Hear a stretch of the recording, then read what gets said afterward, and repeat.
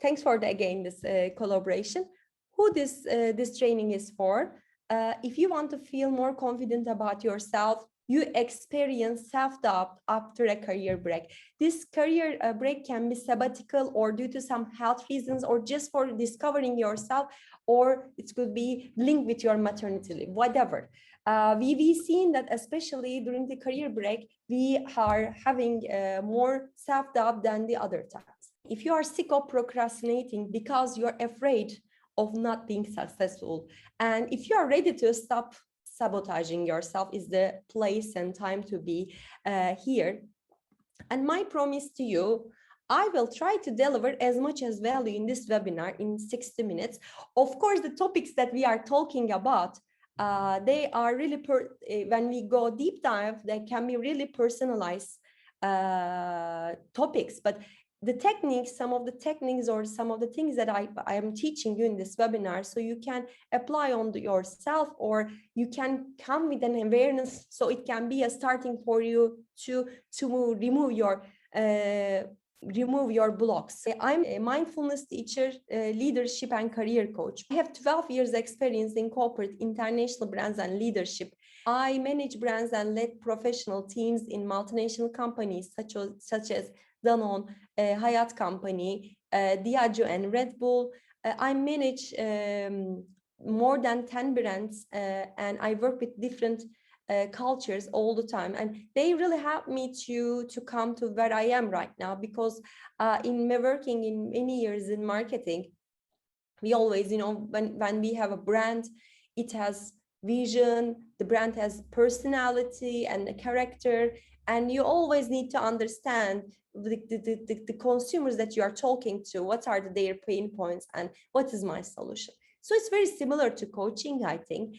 I provide training courses, custom-made training courses for the organizations, and I also coach individuals and executives about their life and career goals. To have self-confidence, we lower our standards, and we would like to tendency to stay our comfort zone, and we always compare ourselves with other people.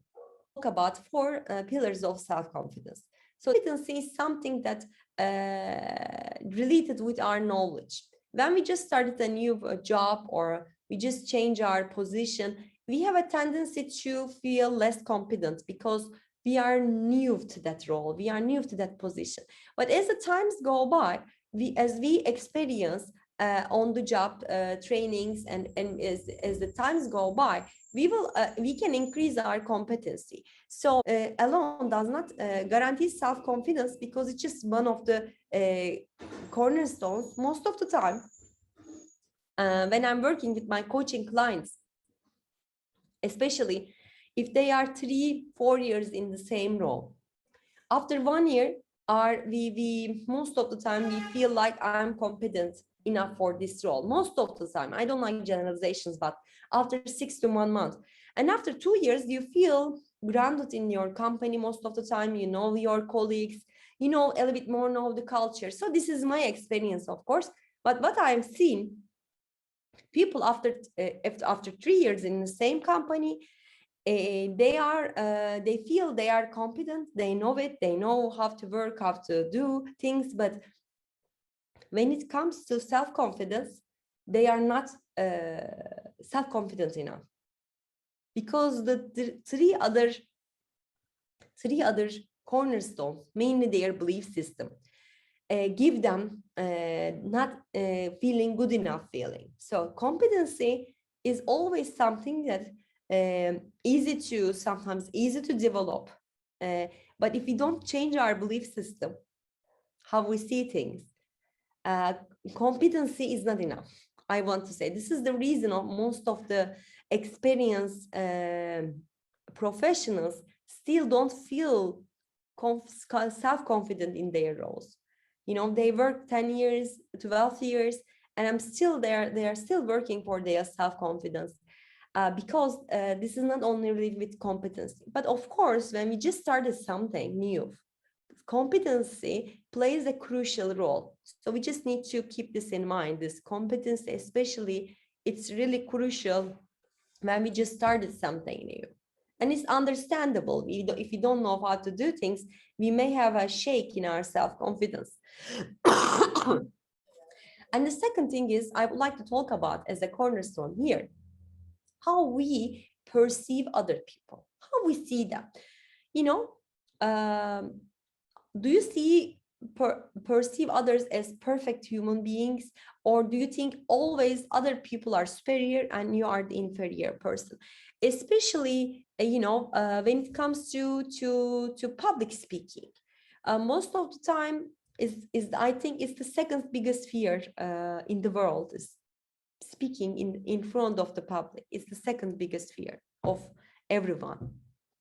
Again, it's based on research, and because people think like, I'm in the spotlight, and the people that they are listening to me, they are like this, I'm here.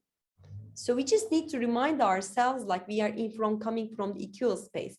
And it just really helps you when you are going to an interview. And I always encourage people to, the partnership in your meetings, feel that you are partners, or your potential partners. It means that neither of you are not superior or inferior. You are equal. So being equal means that you are equal, and it provides a very open area to express yourself freely. So look at how do you perceive other people, and just remind yourself like they are also natural living people. They have flaws and they have blind spots, they have strengths like you. So just keep in this mind, and remind yourself we are partners. So this really helped me actually in my personal life, especially when I first started my career, like professional career after my internships. When I graduated, I was going to interviews and explaining myself, and lots of opportunities all around.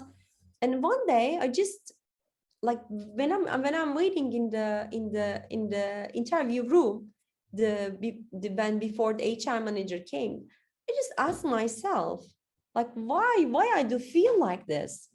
Then I just realized, like, this person is HR manager, is coming to meet with me, is like a human like me. Of course, I have a respect, but just being a fresh graduate does not make me inferior, or just having some career break does not make me inferior. Like, if we just really want to compare ourselves with other people, I always encourage my clients to compare yourself with 5 years 5-year-old version of you. What kind of capabilities that you have. Write your capabilities. Each year we develop our set skills, each year. Like, especially being a mother, for example, you tell me, like, Lasso, because I worked 5 years, I was responsible from a baby diaper brand, Molfix brand. And then I had a chance to talk with lots of mothers all around the world. And I just know, like, they have amazing set skills. And after like this, having the career break, and it's okay to have a like self-doubt, like healthy self-doubt, we call it. But also another version is the unhealthy that we are always expressing. So when we have unhealthy self-doubt, and we start to see other people are superior than us.